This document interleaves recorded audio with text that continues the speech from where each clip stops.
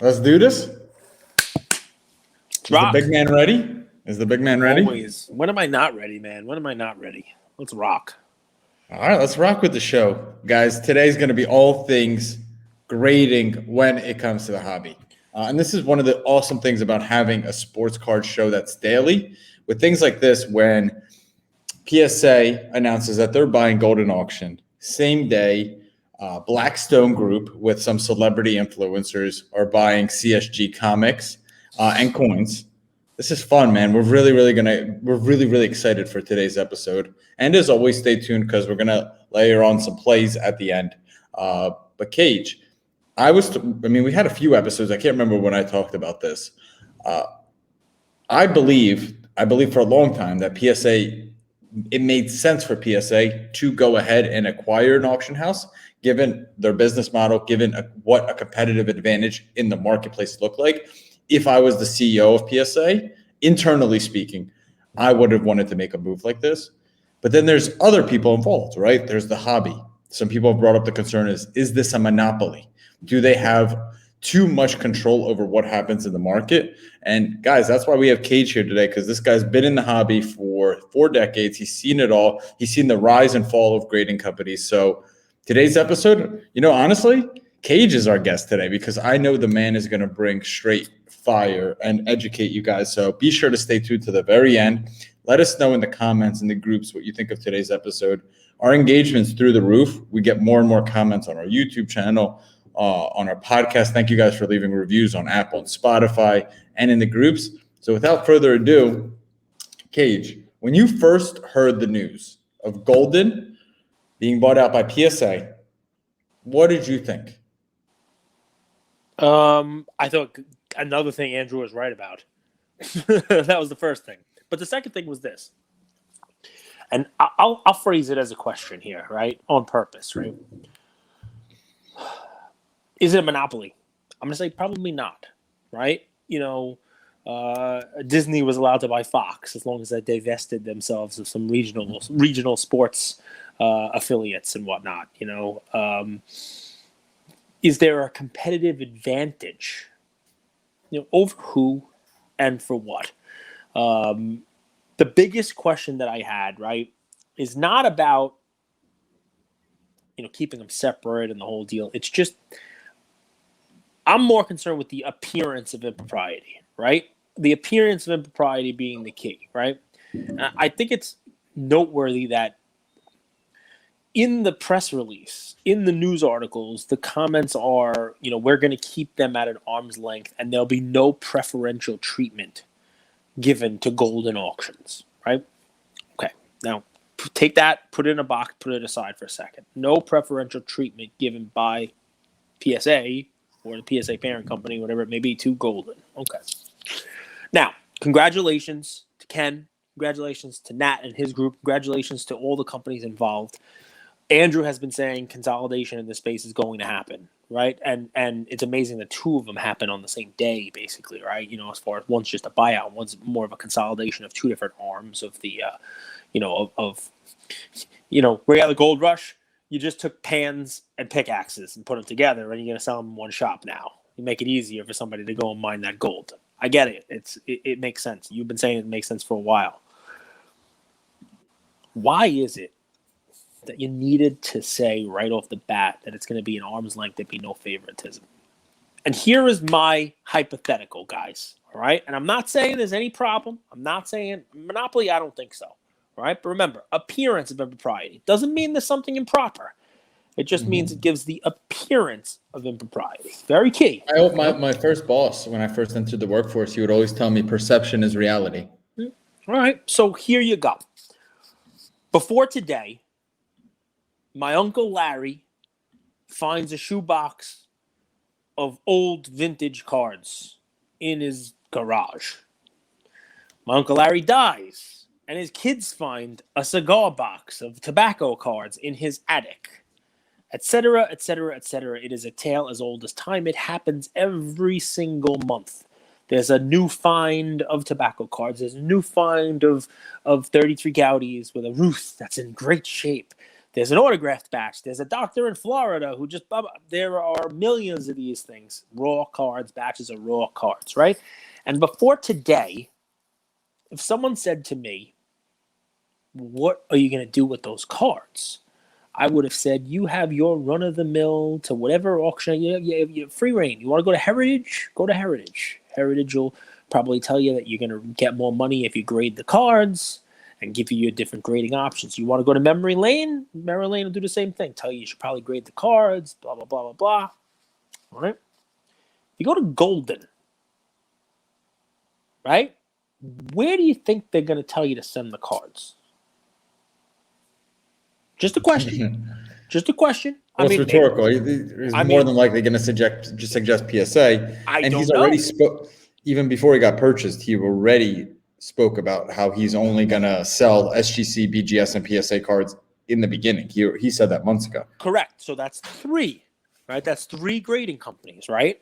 Now, I'm not saying that Goldin is only going to send stuff to PSA, right? And I'm not saying that if PSA gets submissions from Goldin, 8, 9 borderline cards will all be 9s. I'm not saying that at all. I'm also not saying that when Goldin has PSA cards in their auction, that they'll get higher lot numbers, better positioning in the book, better descriptions in the book than the SGC, BGS competitors, because he has said he's going to put all 3 of them in there. And if there was that done, is it a crime?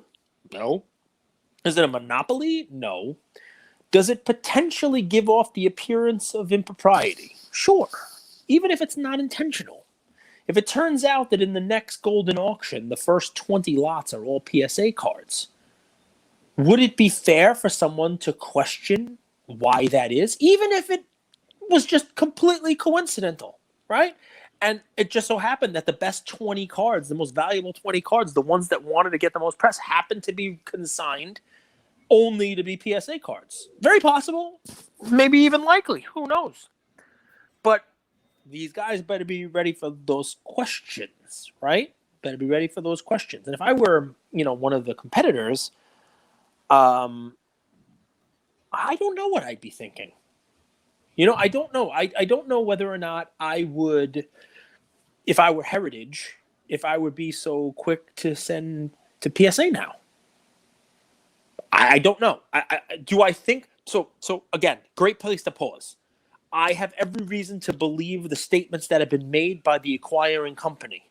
Every reason to believe in the integrity of Nat Turner. After all, he makes promises and he delivers. It's July 1st. PSA is open, and we're all sending our cards into grade. Just kidding. PSA is not open now, is it? But that's one kind of promise. It's kind of like a gray area promise. That kind of point being, let's give them the benefit of the doubt before anything happens, right? Let's just say everything's going to be done at an arm's length. Everything's fine. We're just pairing up. It's a marriage of convenience, right? People want to send their cards to PSA, automatically, boom, ship it off to Goldin auction house to be auctioned. Okay. Let me play a little devil's advocate here and tell me if I'm seeing things right. From a customer standpoint, I've talked about this before with NBA Top Shot when we were doing the clubhouses and all that stuff. One of my first job was Silicon Valley, and I got a chance to learn about UI and UX. User experience, right? From a customer standpoint, the user experience of having to send your cards to a group submitter that sends them to PSA, that sends them back to a group submitter, that sends them to you, that you have to then go send to a consigner, that the consigner needs to list and sell. That to me always felt like a very clunky process. I get it. From a customer standpoint. You're right. And then, listen, you're real quick, and adding into PSA also has stake in a company called Only Alt. We had the CEO Lior on the show, and really smart young entrepreneur, one of the smartest young entrepreneurs in the Silicon Valley, knows sports cards really well. Now you add that on, so you basically you send your cards to get graded with PSA. Once your grades pop, I'm talking perfect case scenario. I don't know if this is how they'll do it. Your grades pop. You then get to decide which cards go immediately to consignment at Goldin auction. And in theory, they could be listed within 24 to 48 hours. Other cards, you could say, no, I want to keep those. You send those to Only Alt, and they're vaulted for you. And this is all done by cutting out, what was that, 4 or 5 steps of shipping cards, saving you time, money, and headache. From a user experience perspective, is there value to the customers in the community? Sure. And I'd be a fool to say no.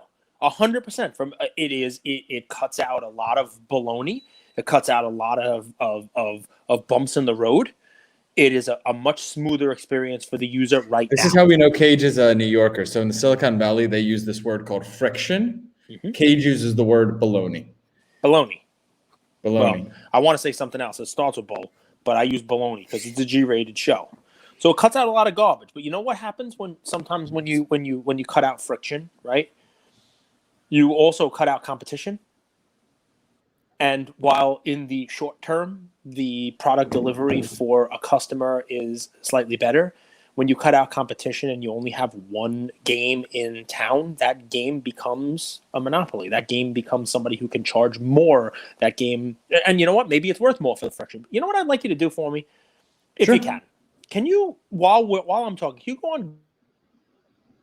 Are you asking me to do the definition of a monopoly? No. I want you to go on Goldin's auction site and pull up their last auction, right? And pull up.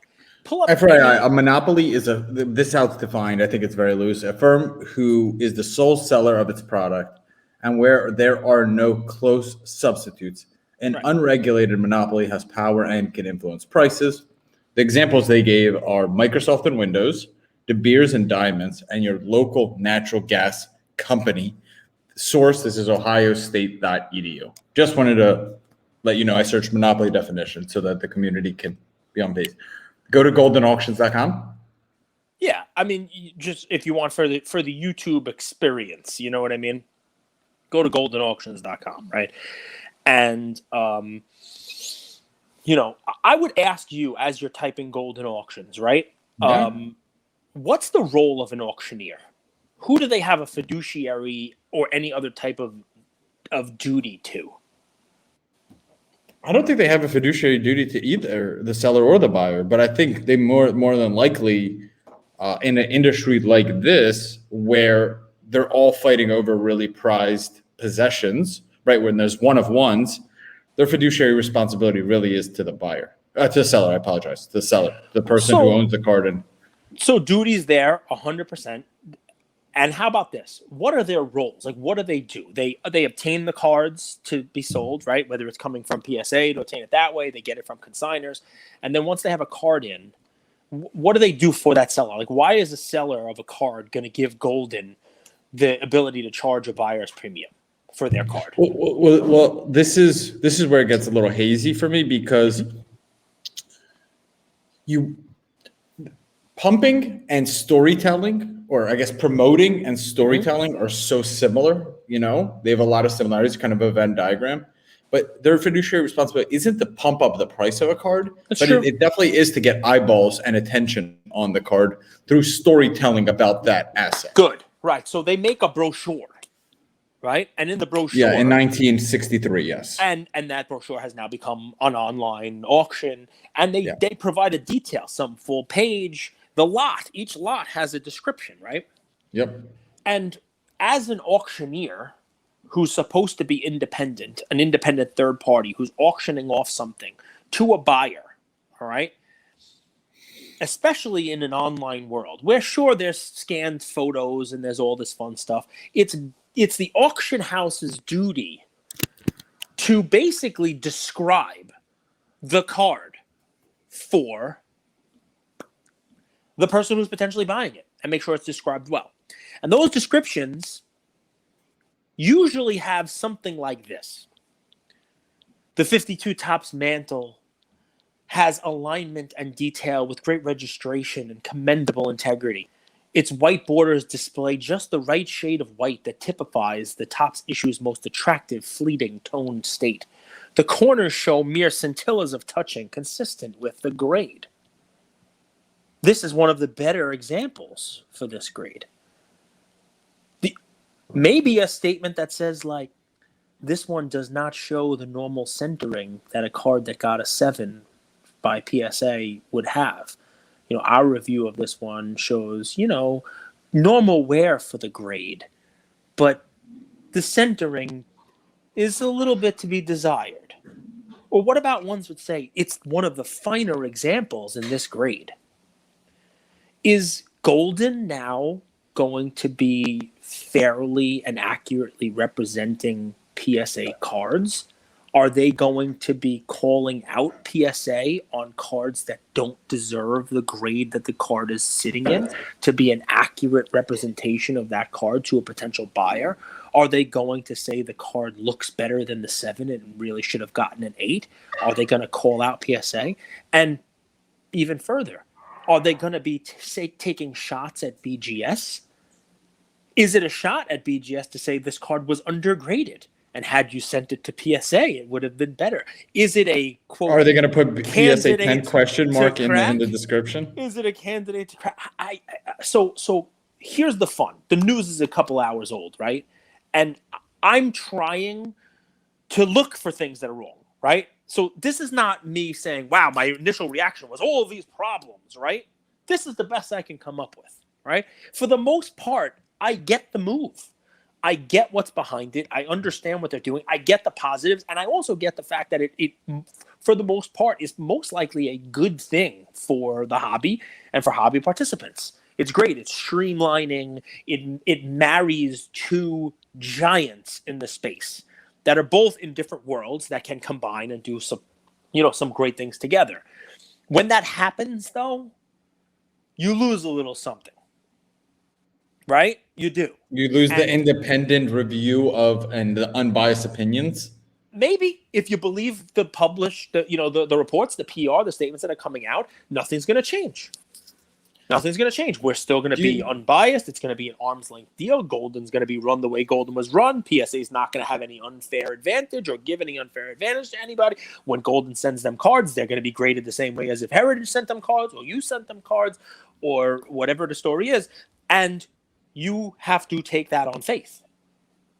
But we're already taking so much on faith. We're already taking so much from the Wonka factory on faith because we've never seen what goes on in the Wonka factory, right? July 1st, we're going to reopen, but just with a $50 more expensive service. So just one of the examples. You know what I mean? One of the examples, i.e. I mean, listen, I give you a couple, right? I talk about whether or not, an auction house or whether or not, like, if someone came to me and said, hey, my Uncle Larry found these cards, I want to auction them. Now I tell them go to Goldin. I mean, I might have done that before, but I tell them go to Goldin because, they got it. Goldin and PSA have the same parents, the same owners. They'll get your card to PSA and, you go to Heritage, who knows what's going to happen. I mean, that would be the normal thing to say. With nothing behind it. I mean, it's day one. It's just announced. No, there's no proof of any type of impropriety. But wouldn't that be fair to say, right? Wouldn't that be what you would tell your neighbor, your friend, your cousin to do with their cards because of this merger?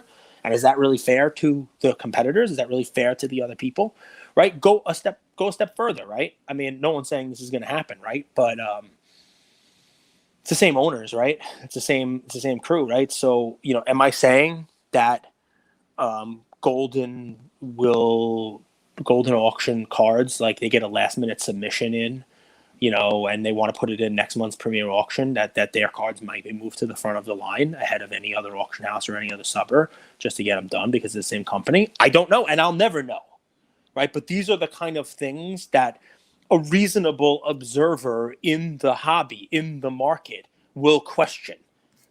We met now. Let me ask you. I think he's a trustworthy guy. Right, we had him on our show, and his statement is that they're going to be dealt with at an arm's length, and 100%, I'll give him the full benefit of the doubt, and I think everything's going to be above board and everything's going to be great. I have no reason to think not. But is anything I said now about the potential for impropriety there, the appearance of potential impropriety, is any of these questions like absurd? They're legit questions. Let me ask you also a legit question that I don't necessarily know about. When it comes to the long-term health of an industry, right? Because what we're really trying to do here is not build for 2021. We don't want, 2021, your cards hit record highs, and then 2022 comes and no one's interested.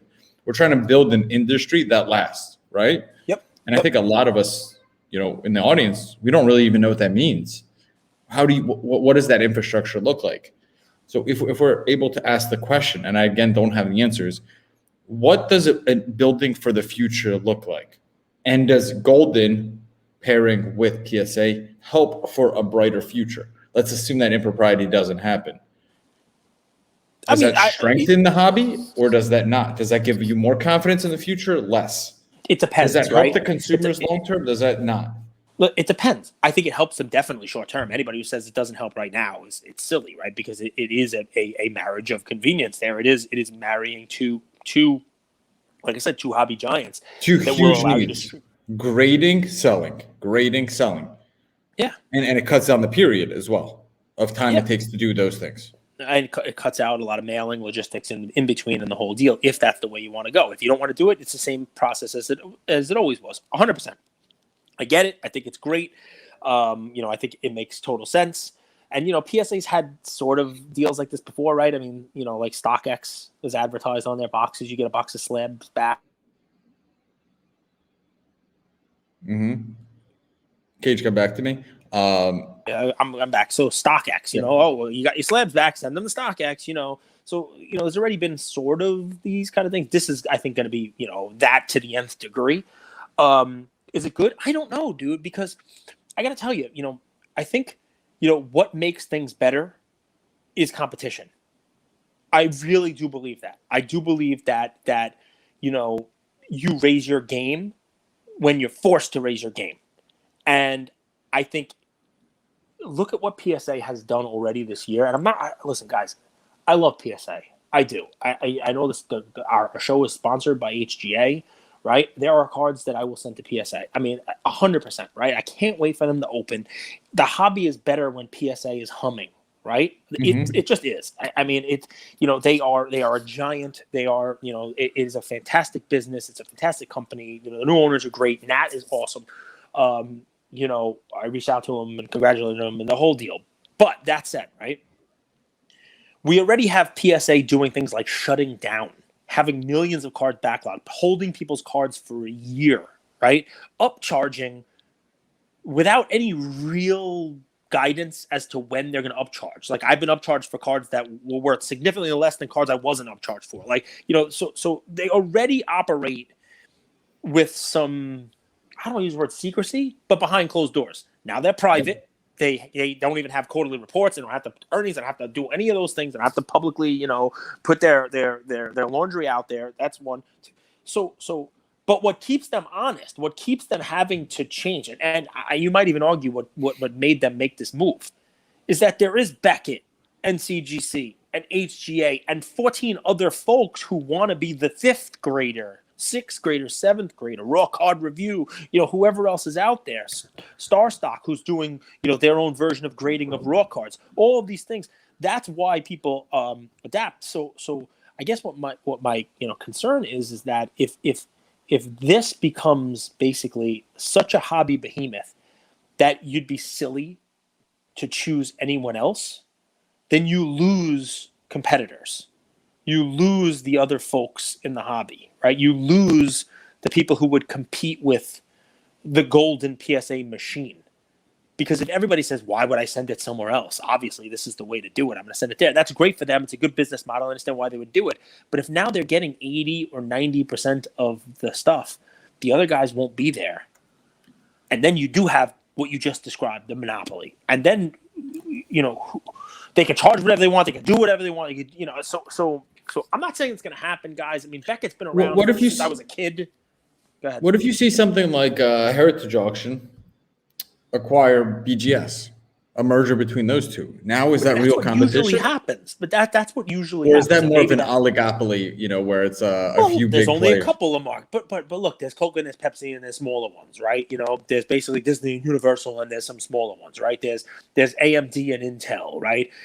Apple has gotten so huge, that to have no antitrust suits and that kind of stuff. I'm pretty sure they pay their competitors. They may even provide money for Samsung. I don't even know. I mean, but I know there are instances where there's someone in a market that is so large that in order to, it's actually, they need a competitor that has enough of a market share, at least one competitor, right? So the interesting thing here is that it wasn't the monopoly would have been PSA buying Beckett, or PSA buying Beckett and SGC, and then there's only one. And you know what? There's only one. There are plenty of private industries where there's only one, right?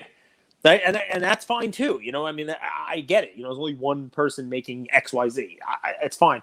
My deal is, I think we are where we are now because of the competition, right? There are other podcasts out there that aren't as good as us, but they're good. And I show up every day because I'm like, you know what? I gotta be the best. I gotta bring my best every single day. I gotta be the best, right? And PSA needs somebody there. To just bring it back to our stuff, right? Like, somebody used to tell me, if I pull some of the comments from our audience, I think they would agree with that statement, by the way, as well, about you being the best. I love you. So, but listen, tennis. People like to talk tennis cards the whole deal, right? I would say, what made Pete Sampras great was Andre Agassi. But you need that. What made Federer great was Nadal. Federer, Nadal, Fed, Djokovic, Nadal. Before Nadal and Djokovic actually were real challenges to him, and they were like, Federer is the greatest tennis player, and I'm like, he needs somebody. And then Nadal actually gave him a real, and Djokovic, and I'm like, that if Federer were playing without that, Tiger needs Phil. They're. You need that. You need a competitor. You need somebody to push you, right? I'm trying to bring sports into it because it's sports cards and the whole deal, right? But in reality, you need that. So we just spent 25 minutes kind of like, going through all. I did that on purpose, guys. I don't think any of what I just talked about is going to be a problem, honestly, right? It's just you asked me what I thought of.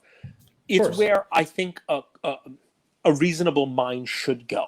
And the PSA here, public service announcement version, a PSA is, I'm sure that before this merger happened, before this deal happened, I'm sure that Ken and Nat and the rest of the teams and the rest of investors and the ownership group that's here, they probably had these thoughts also and probably said, we have to be mindful of this and we have to make sure that we do this above reproach.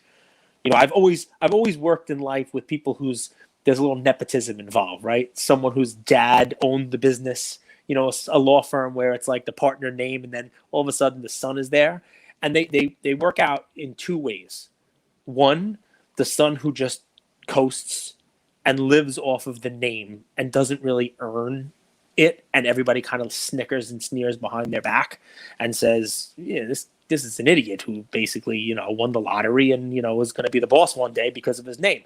And there's the other one that realizes that could happen and works harder than everyone else around them to make sure that no one is able to question the propriety of their position when it comes time to take over. One uses the opportunity to coast. One uses their opportunity to leverage and be better.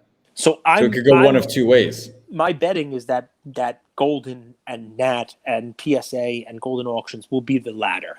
My bet is that they know everything that we're saying here. None of this is novel to them. This won't be the first time it's been said. It won't be the first time and probably the last time these issues have been raised. And I'm sure that they will speak to each other and say, in everything we do, we have to be mindful of that and make sure that no one can question anything that we're doing ever. And everything's got to be done above board, at arm's length. And I have no reason to doubt that they are, they're going to be great for the hobby overall. But you asked me what I thought about, and that's where my brain went. Did they publicize the price of the sale? No, not that I saw. So here's my take. I'm going to go macro, and then we're going to go talk CSG. So the reason why, from just a macro, you guys know I love macroeconomics. Here's my take on why I predicted consolidation in this space.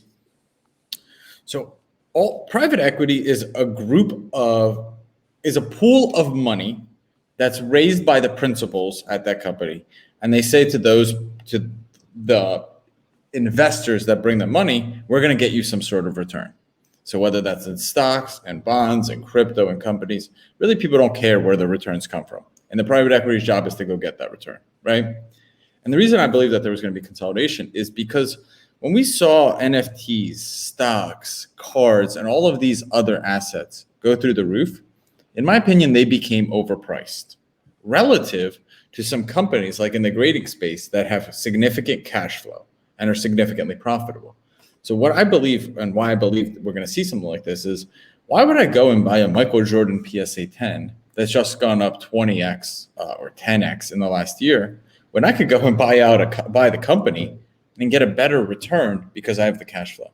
So, Cage, I don't know if you agree with that, if people do, but that's what I'm seeing. I think these private equity companies are seeing cash flow generating businesses like grading companies as completely underpriced relative to companies like AMC, who have gone berserk on the stock market. But speaking from just a price to earnings ratio, are completely overpriced relative to some of these private companies that are generating money and making an income and are positioned for success in the future.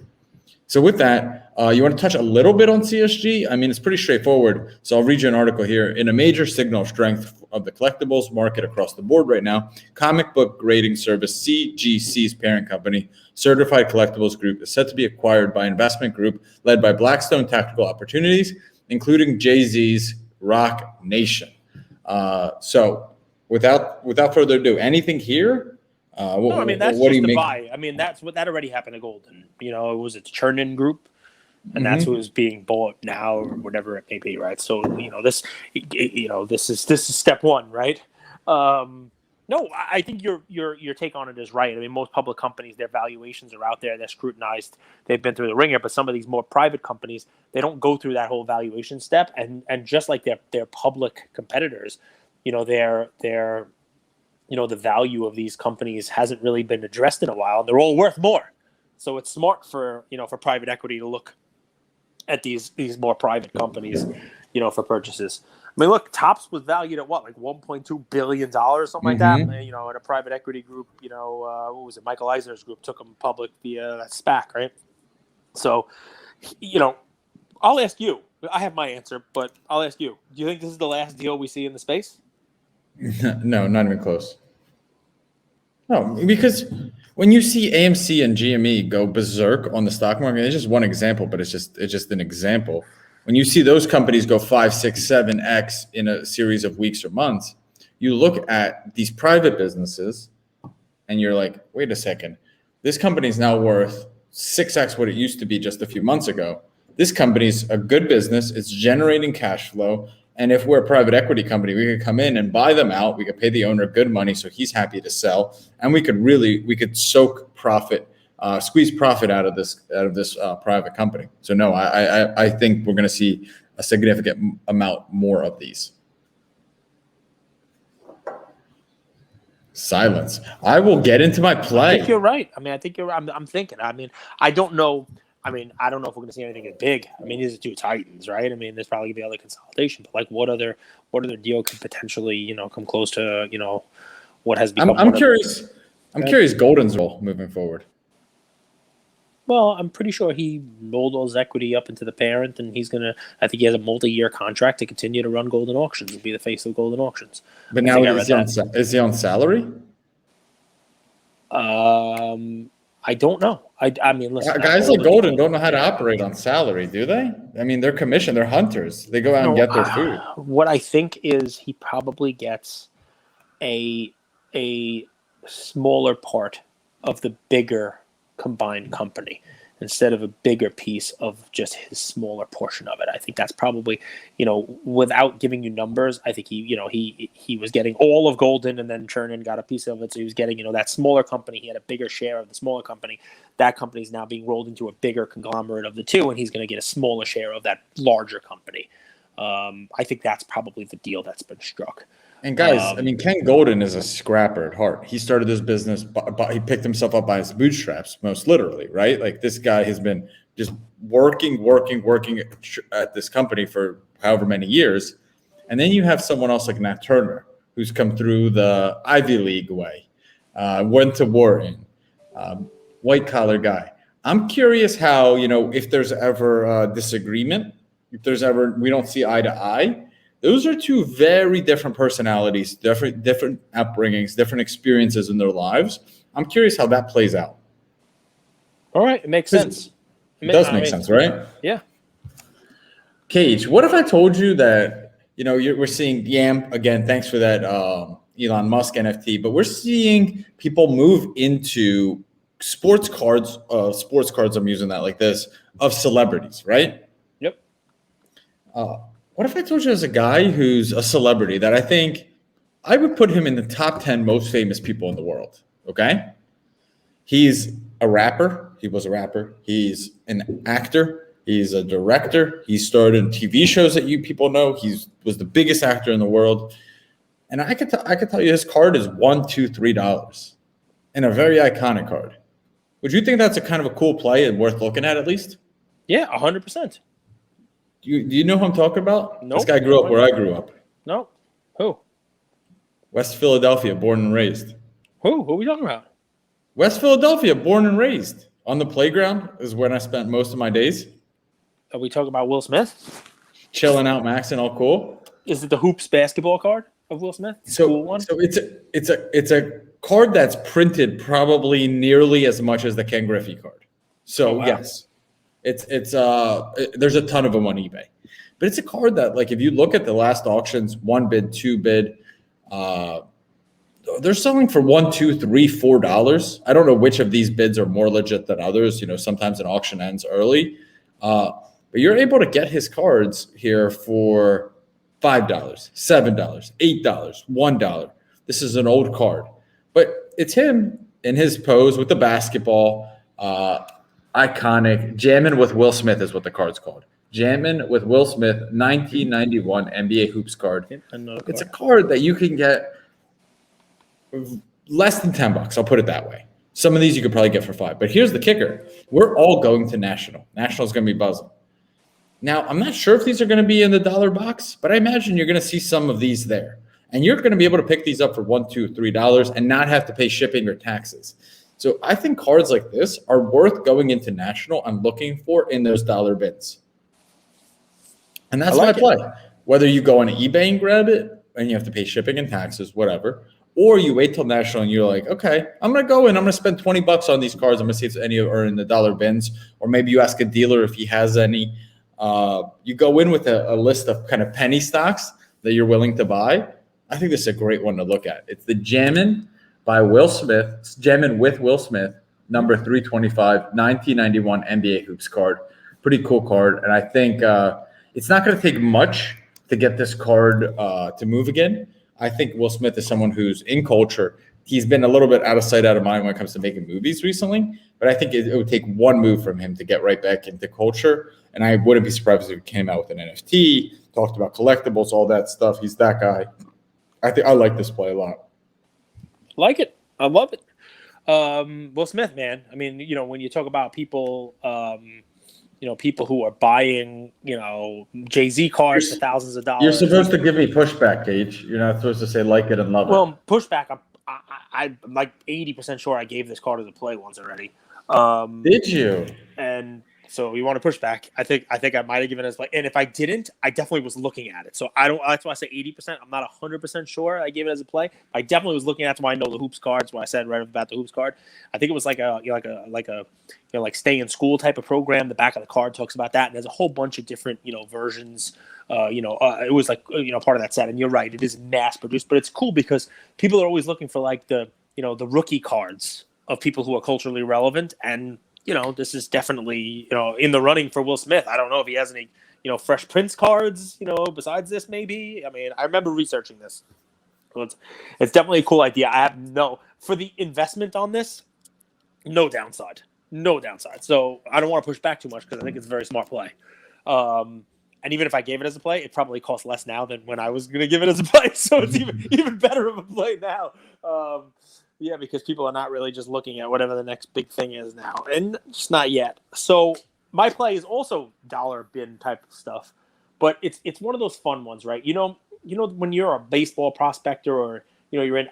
Why I love cards or part of cards is not just about the money and like collecting. It's that feeling of being right and being first, right? It's like, oh, I knew that, I called that. I hit it, like that was my guy, that's my guy, and he won the Super Bowl. That's my guy, and his cards are worth more money, and the whole deal. There's a layer of that in what we do, right?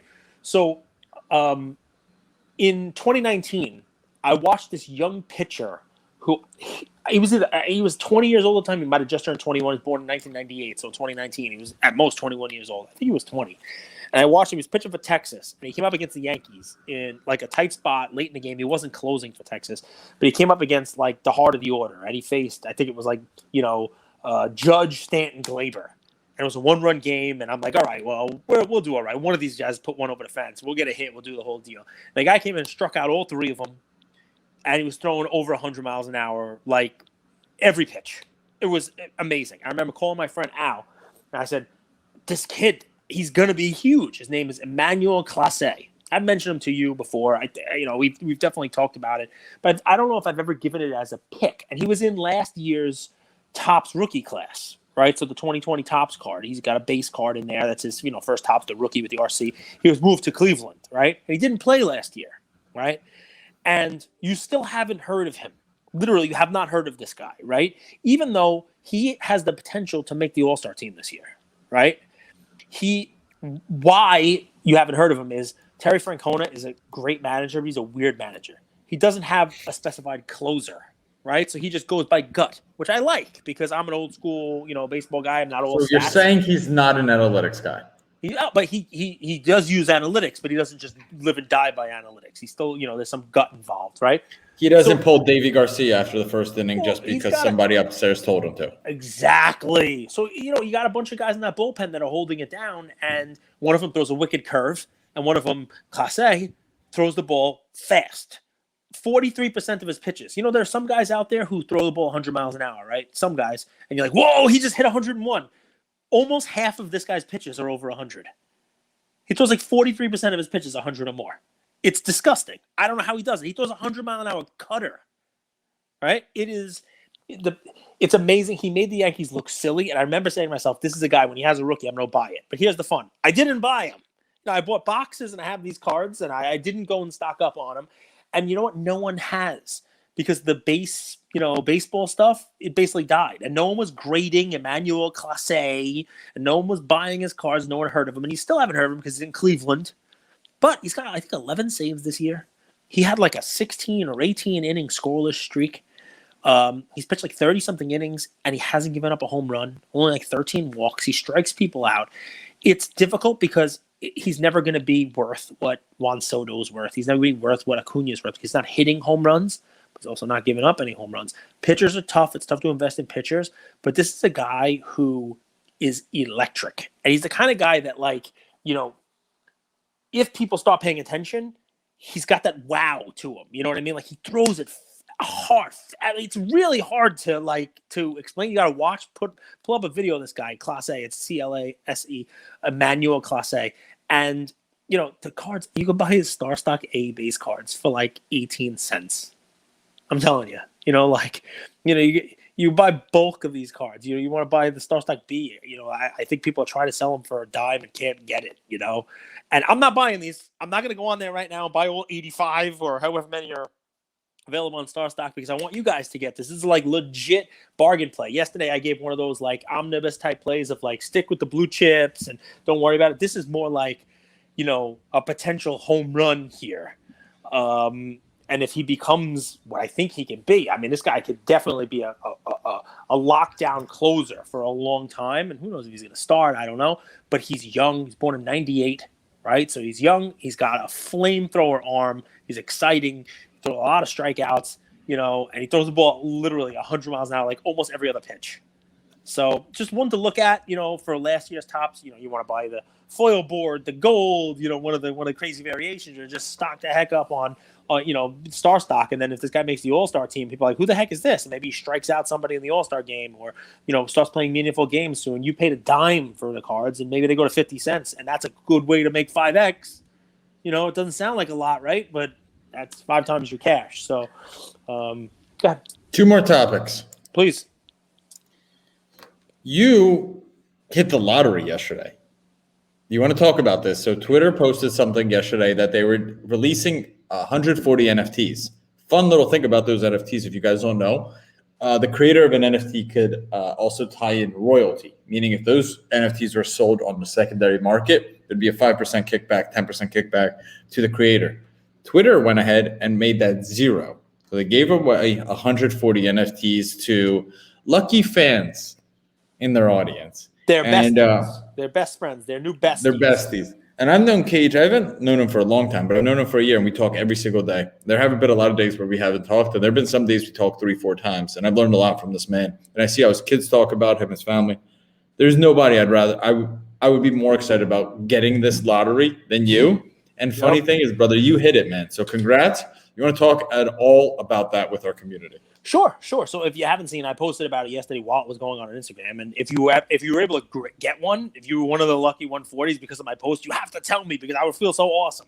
Because there's only one thing better than winning. It's winning and sharing that win with other people. And I was on the phone, like calling everybody I know. Do you have a Twitter account? Get on Twitter. Be nice, But basically, yeah, I mean, you set it up exactly right. Twitter. You have one with people. I've seen some of the DMs we get. I bought this guy. I saw this. Thanks for this play.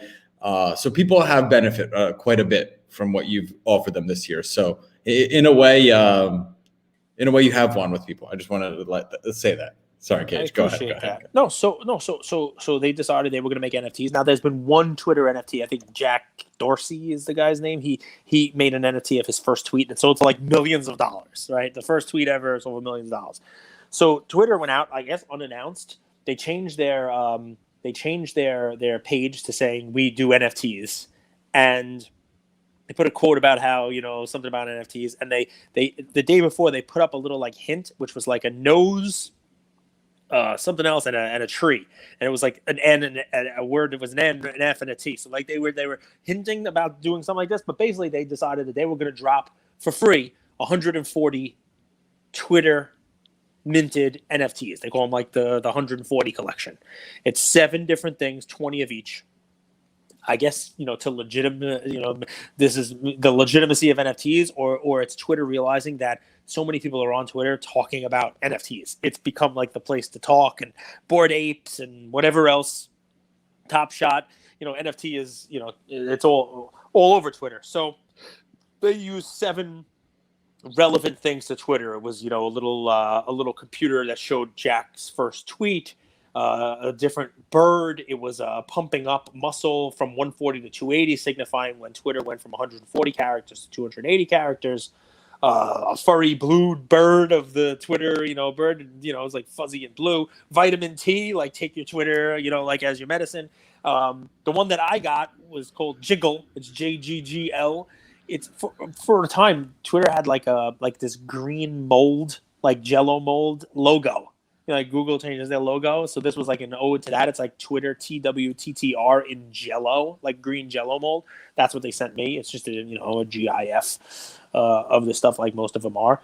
But yeah, the way they did it was they just put a little video up. Oh, and Reply Guy was another one. They put a video up of here's our things. We're gonna give away 140 of these. Just reply to our thing. And I replied, this is pretty cool. I remember when things looked like this, or, this is really nice of you guys to do this. I replied a couple times. Even one Plunge Father who we had on as a guest, I was like, I'll let this guy get one. He puts good NFT content out on Twitter. And then I got a message back from Twitter saying, hey, we might have something you like. And they DM'd me and they sent me that JGGL. They sent me the green Jello mold Twitter, which people have told me is worth some money, but it's one of those things where I didn't expect to get it, and I have no real intention of moving it anytime soon, if at all, because I think it's one of those things where, NFTs are an interesting space. They could all go to nothing, right? They really could. And a lot of them will go to nothing, I think. But there will be ones that will stand the test of time. And I think that if you're going to put them into buckets, the first 140 gifted, tweets, Twitter branded NFTs are probably ones that I put in the bucket that are going to stand the test of time and have some, real meaning to them. So thank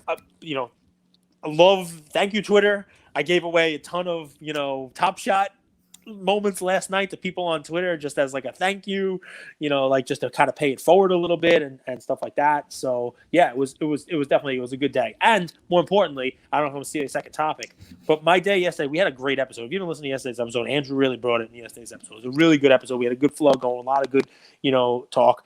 And Andrew likes when I get real, even if it comes. He calls it realism. I call it pessimism. But he wants us to be honest with you guys. We promise you we'll do that, even if that day I wake up feeling like, maybe there are some interesting things going on in the hobby that we should talk about, right? Mm-hmm. So that makes for a good episode, I think. So if you haven't listened to that, listen to that. Yesterday's episode, we had a great episode, all kinds of good stuff happening. Had this Twitter thing happen, and my kids came home from camp and they would not agree on what to eat for dinner.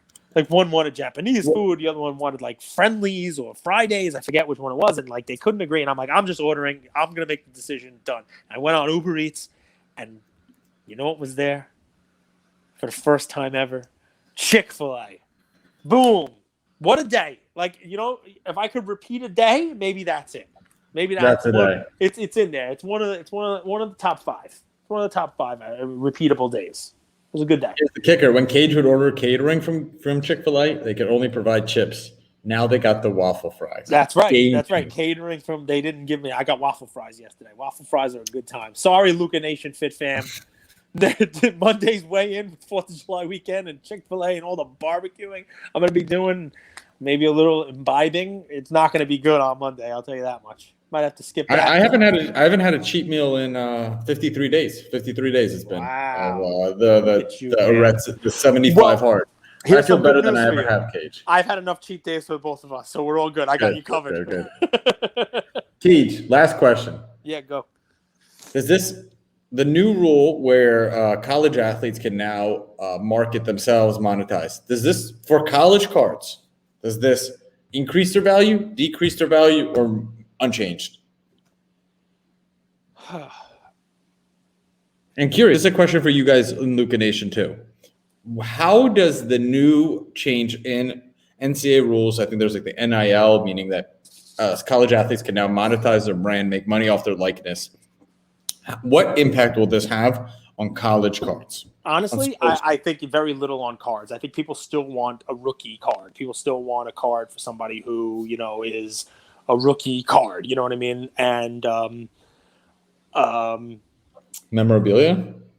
Reggie Bush's Gabe Warren cleats that now he can sell? Yeah, memorabilia is a different story, right? I mean, you could get them directly from these guys while they're in college. They can do NFTs. There'll be more cards, more XRC type cards of people, that they can do themselves, kind of like what they did with Trevor Lawrence. Direct deals with with these guys while they're in college. I'm sure we'll see plenty of that. To me though, I think the actual brand, an actual rookie, that's the way I would go. Now, that said, I could be wrong. I mean, people buy Bowman cards of baseball prospects. Those are professionals. They've signed a contract with the team, right? There are guys like Vanderbilt, right? Vanderbilt this year, the Yankees drafted 2 guys who were committed to Vanderbilt, 2 like top names. Anthony Volpe, and he went and signed with the Yankees, and he has a Prism draft card. And Al Leiter's son, they drafted him also. Leiter's son went to Vanderbilt. Just lost in the College World Series, but he's fantastic. Somebody who thinks he's going to be a star in the league, and I think he will be. You couldn't get a first Bowman card of him yet, but maybe this year you could have gotten his own,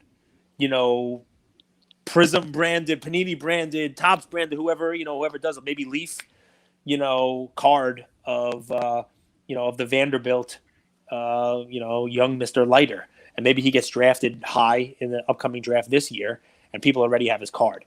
Honestly, I think it's more novelty. It'll be one-off. It's not going to be part of a set. It's not going to be part of packs. It's going to be a one-off deal with the player themselves, which to me falls more like novelty category than actual mainstream. Exciting stuff. It's a long episode, 50 minutes. Hope you guys stayed till the end. We love it. We want to bring you the honest takes. And today there was a lot of stuff going on in the hobby.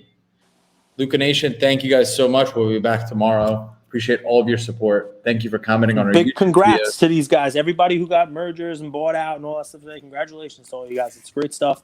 And on to the next one, I guess. Yes, sir. One man's bag is not yours. It's not taken away from you. So if people are making money, be happy.